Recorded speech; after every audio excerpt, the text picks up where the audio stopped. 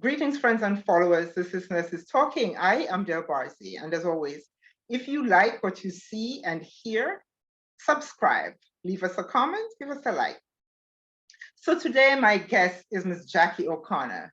Jacqui comes to us out of New Zealand, and she is a health visionary and registered nurse with qualifications in health psychology and whole health medicine from the Whole Health Medicine Institute with Lissa Rankin MD, with 27 years experience supporting women and families and in teen management.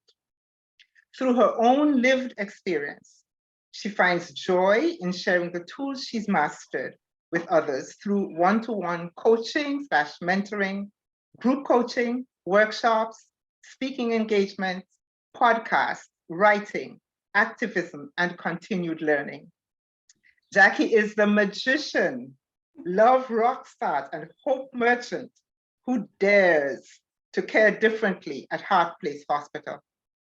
It is Jacqui's mission to support everyone, including our young people, to understand their body and mind, not to be ashamed of themselves, to be comfortable with the changes they're going through, and to trust their bodies and minds. These wonderful individuals are the people who deal with our most vulnerable citizens, our children, the sick, and the elderly. And Jacqui believes that with support, our carers will be better equipped to handle the demands of their vital roles. And how much better would that be for the carer and the recipient of their care? So Jacqui, welcome, welcome, welcome. Thank you. Kia ora from New Zealand. Say that again, kia ora? Kia ora, yeah. So it's hello. Yeah. That's hello, huh? All right. Yeah. I'll remember that. Yeah. Thank you so very much for doing it. I really do appreciate this. Oh, my pleasure. Absolute pleasure. So tell me, the first thing I usually want to know is what is the person's why? Why are you a nurse? Oh, so my why I'm a nurse is I started this world with a congenital heart condition, hence Heart Place Hospital. So at 8 years old, I had open heart surgery. Okay. Yeah, so and it was in that time that I was in hospital, it was the nurses that were like my angels. Yeah. So I was in the era where my parents couldn't stay the night. There was no facilities for them to stay the night. Yeah. So it was the nurses, of course. They were the goddesses and the priestesses that, held my hand. That was your first bonding. Yeah, totally. Yeah.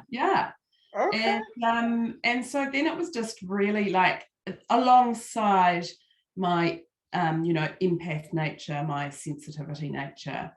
It was a no-brainer. It was a no-brainer. Yeah. I do remember about 12 years old thinking I wanted to be a missionary. Yeah.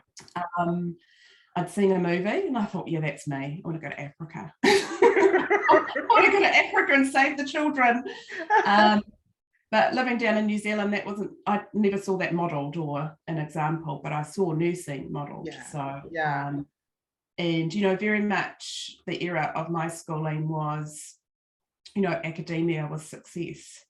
So going into tertiary education was success. So that was the only pathway that I saw modelled.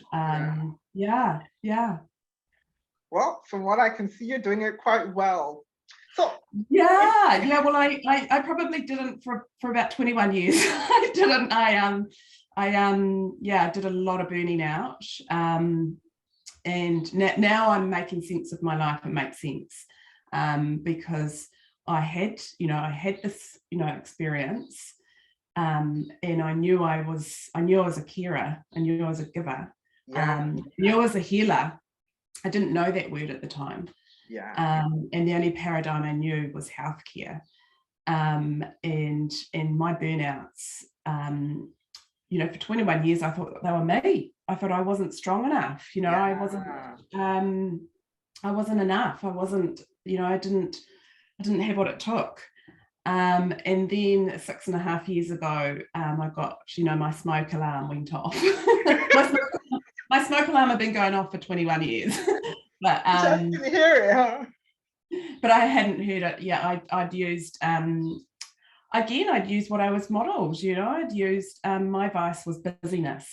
So if I stayed busy, and then so the only things in my medicine bag were busyness, I was a runner, and alcohol. That was all that was in my medicine bag. Yeah. I got that. Yeah. And then I got the message really loud and clear. I had no choice. I got absolutely blamed. Yeah. Actor in the face. Yeah. Yeah. I do. I'm all or nothing. I'm extra. And I've spent my whole life trying to dull that down because society and our conditioning has been like, you can't be extra. And I'm extra. And now you know that you can be. Yeah, now I know I can show up and I say I go with the glow. Yeah. And I can glow and go with the glow. And now that I do that, my life it just expands, and the more my life expands, the more it ripple effects off out to other people, and then their life expands. And I sort of talk about throwing a starfish back into the sea. Yeah. And so when you throw a starfish back in the sea, they come and swimming back out, and they throw a starfish back in the sea. Yeah. It's Yeah. Total ripple effect. And I mean, you know, we don't have to be in New Zealand and America. We know that the world is screaming out for us to lift up the vibration. Yes. Yes. And that's what it's as simple as being a love rock star and going with the glow. And that's it's not as hard. It's not hard. And I know we make it hard, but it doesn't. Well, I've done that. I've done, you know, I've been to the school of hard knocks so that others don't have to, you know, so I can be the lighthouse. Mm-hmm. And you know, I can speak to this because I coach people, and I see it. I can shift them really quickly. Being the lighthouse, showing them the way, paving the way, and I've that path now. Like I say that you can roller skate on that path. And I'm a roller skater, so the roller skating path has to be as smooth as it can't have even a little grain on it because you'll be on your ass. So I have paved the way that it's so smooth that you can roller skate on it. Yeah. And that path has got lots of directions. You don't have to come roller skating with me. You don't, you know, you don't have to love moons and stars like I do. But it creates a path that you can get to a point where you can make a decision. Absolutely. Yeah. Absolutely. Yeah. Absolutely. So while you were working in that environment, what areas did you work in? So I worked mostly in child, woman and family. Yeah. Mm-hmm. Yeah. And then 6.5 years ago, where I got my big message, I call it my Mack truck moment, the Mack truck on the face. Mm-hmm. Or my perfect storm. I was a nurse manager for a private adherence healthcare business, and I had multiple nurses right around New Zealand, and I was also, you know, I've got 2 daughters, so at the time I think they were about 10 and 8. Mm-hmm. And I was the netball coach. I was on the PTA. Like, yeah. You can see it now, can't you? Yeah. Absolutely, I can identify, Jacqui. Yeah. But it was all I was modelled, Dale. You know, like I was never modelled. My modelling was, you know, movies. My core family, my frontline people. It was work hard and rest was a reward. Yeah. And you almost got like a badge of honor if you were busy, indeed. You know? Yeah. If you were seen to be busy. Mm-hmm. Mm-hmm. Whereas now my life is full. It's full, but it's not busy. I know. It's full. And I have crafted a life now where you know, I can allow the emotions, so the energy and motion to run through me at that given time. Yeah. You know, I'm not in an institution. I'm not having to drive through traffic. And I know with daring to care differently that I am making more of a difference than when I was a bedside nurse and I was on the hamster wheel. Yeah. Yeah. And your coaching, I see, is directed toward carers. What made you do that? I think when I had my big mat trap moment, I just couldn't find what I was looking for. I went and had some talk therapy and I felt worse. No one explained to me that there was, a backdraft. And so I came out feeling worse and there was no action. The only action I ever got was put a hair tie on your wrist and every time you ruminate, flick the hair tie. And I thought, gosh, I had this inner knowing that there was more. Mm-hmm. So all I was offered was talk therapy and medication. And I knew there was something else. And because I was so knocked on my ass, my whispers returned. My intuition got loud. Mm-hmm. And they just said to me, we've got you. Be patient. Yeah. Follow us.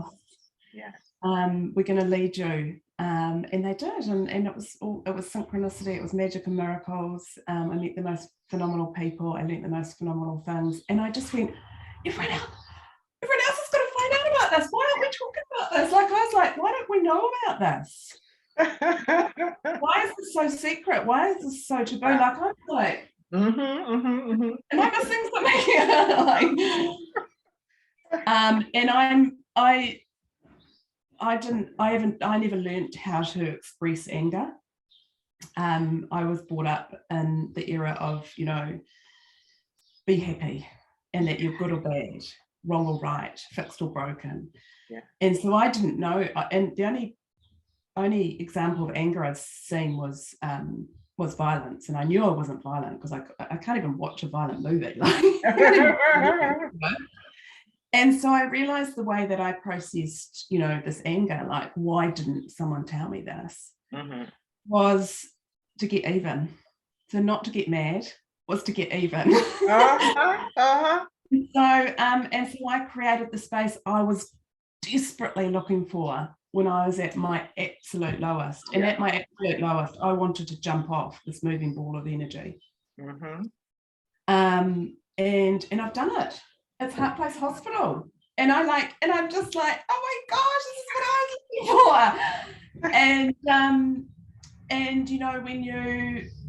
when you do that, you then magnetize the people that need what you've got. And I wholeheartedly believe our carers and our future carers. Yeah. So when I talk about our future carers, they present as creatives, differently abled, sensitive. Yeah. And our schools don't celebrate them generally. Those that are celebrated in our schools are academic. And that was me. I was at school. I was super quirky and differently abled and creative. And what I did though was I masked it, and I tried to fit in. Yeah. And I laugh now, like I've got, obviously got brown curly hair, and I wanted blonde swinging ponytails. Like I used to even try and, fit in that way. And now I just embrace my big brown curly hair. Yeah. And embracing feels good. It feels great. It feels great. Like I feel the hottest, longest, leanest, sexiest, coolest, best version of myself ever. And I'm 48 years young, and I just say to everyone else, use me as an example. I was a hot mess, and now I'm a hot girl success.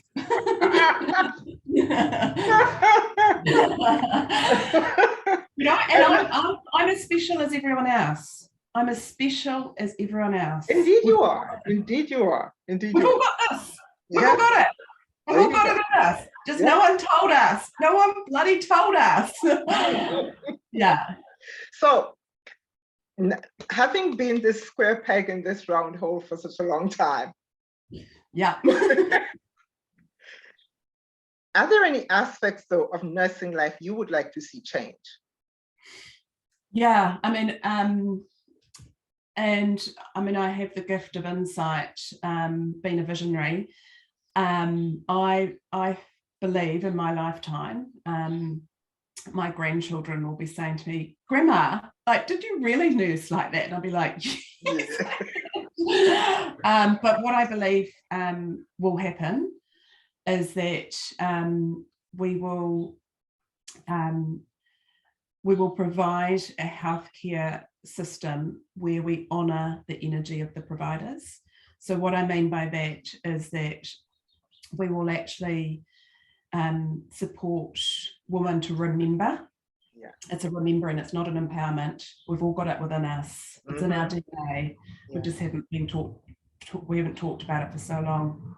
So remember that we're cyclical with our energy, our emotion, you know, our appetite, our behavior, our everything. And so we're infradian, we're moon cyclical. So we can't show up. We actually fundamentally can't show up the same energy every day. So I wholeheartedly believe our system will honour that we are cyclical. And I'm seeing more and more women in business who work, you know, 3 weeks of the month and then rest for a week of the month. And they are thriving businesses. You know, they're living in abundance.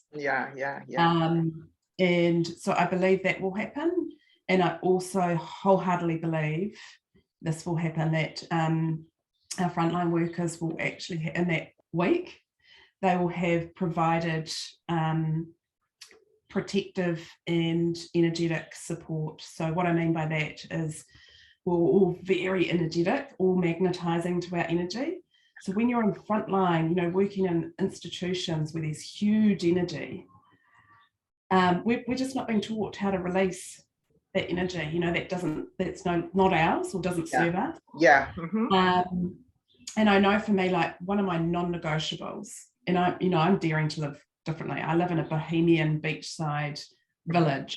And I don't know if you can hear it, the builders here. I'm physically building a hospital. I'm building a heart place hospital, which is a whole health healing hospital model. And I am committed to my own healing. So, you know, feeling into learning to be my own whole health expert, but also accessing my healing roundtable. So I go, and what I can't do, I get my healers to mop up. So that the extra energy that I take on with working with people, it's not going to serve me holding on to that. It's not mine. It's not my energy to hold on to. What's going to serve me is me being in glow, in my flow, being in my higher self and my high energy, and showing up for others who are below me. And all I'm doing is pulling them up. That's all I'm doing. Just as other people have pulled me up. And just as I still ask them to pull me up, because I'm not, let's come back in a year. We're going to get Jacqui version 4.9. You know, I've taken the oath to growth. I've popped, I'm not stopping. And I'm here to heal all humanity. I'm here to be the example that, you know, we can come from down and go up. And go all the way up and go all the way up. Yes. Yeah. I like what you just said. You've taken an oath to grow. Yeah. That's a commitment. That's when the Mack truck hit and the whispers started. And I went, okay, if this is real, I'll do anything. And so I've stayed committed to that oath. I've done, like, I have literally, Dale, like, I've done everything. If it's a hell yes, if it rocks my boat, I'm in. I'm totally in. And that's the beauty. I mean, you're a beautiful wise woman. I'm transitioning to wise woman. We're like reverting back to childhood. You know, we're too hot for shoes and clothes. We're awake at night. We're completely rebellious. we forget dates and days and names. Yes. We're back to childhoodness, you know, and you know, I'm a roller skater and I saltwater swim all through the winter. and I love dancing, you know, and I love it, you know, like I'm back to, you know, the soul in me that was in a village dancing around fires and, you know, drinking Yeah, coffee. And yeah, she's back. She is back.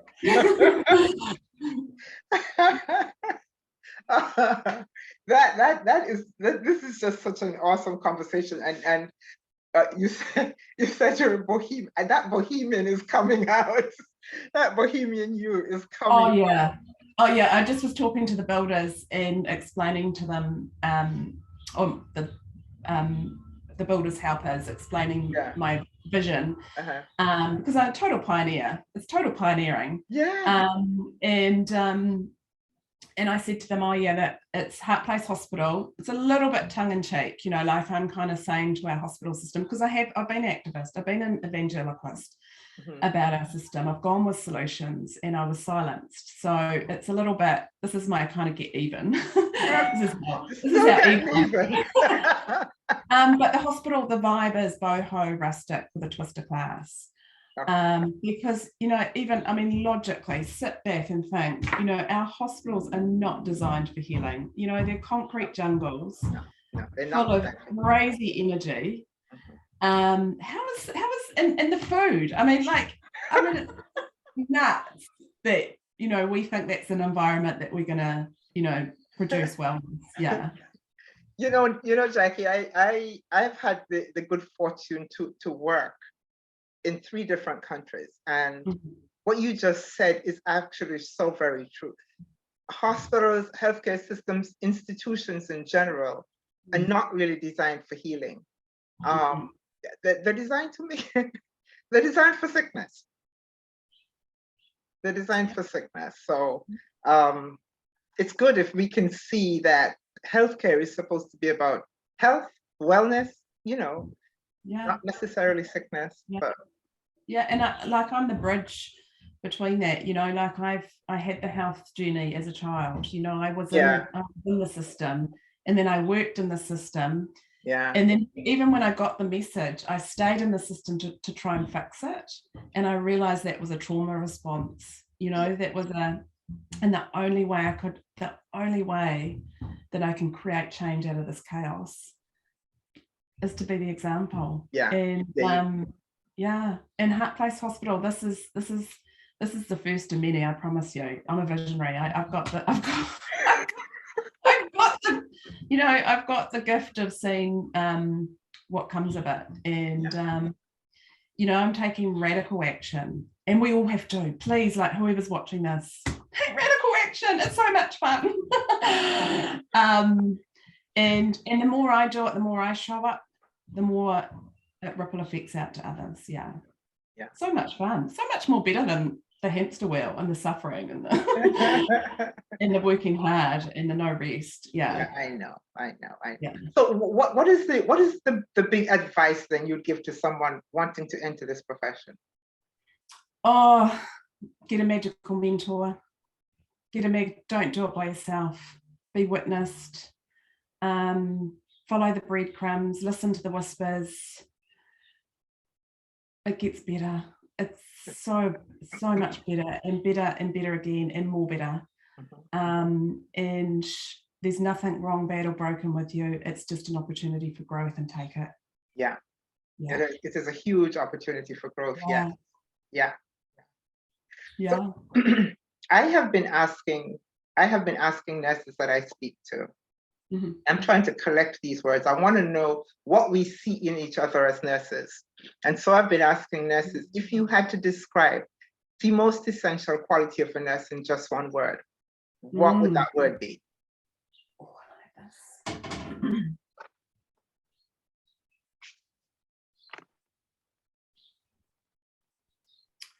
Am I allowed 2? What was that word? Am I allowed 2 words? Yes, you're allowed to. Absolutely. The power within. The power within. Power within. Yeah, we've all got it. Power within. Don't mess with us. We are powerful, and we've been dulled down for too long. And we're rising. We're rising up. We are rising. We are rising. We are rising up. And you know what, world? tap into our intuition, tap Watch. into our emotion. It's freaking powerful. Yeah. Yeah. You know, when we lived in villages, men would come to us, you know, before the new moon and say, where should we plant the crops? Where should we put the village? Where should we go and get the meat? Because we had the power within, and we would tell them, and we nailed it every time. Awesome, awesome, awesome. So the other thing that I hear a lot we're talking about is what you talked about in a way too. We talk about it as burnout. And part of my thing is that one of the reasons that we're experiencing so much of it is that we been so programmed to take care of others that we're not taking care of ourselves. So what does self-care mean to you? So, gosh, the great question. So for so long, I'd hear this word self-care and I'd be like, oh, and you know, I need a pedicure and massage, you know. Whereas now, I know this to be true, that the feminine is actually a receiving energy. So we've been programmed, like you said, that we're givers, give, whereas that's our masculine energy. And this isn't men or women, this is both of us. So the feminine energy is the receiving energy. And so the more we receive, the more information and downloads that we get, the more that we can lift the vibration, because we're then directed in the right directions. And then we receive back with an abundance, which then gives us our glow, which then ripple effects off out to everyone. So it's around receiving. And so when I talk to people, I say that I'm here to help you unlearn and remember that in actual fact it's around receiving. And so my theory of burnout is that where the smoke alarm's going off and we're just changing the battery. We're actually not listening to the message and getting away from danger. So it's unlearning and remembering that we're actually a receiving energy, and not what we've been led to believe that we're the givers. Yeah. Jacqui, this has been awesome. This has really been awesome. I've so loved it. We can talk for the whole day if you let me.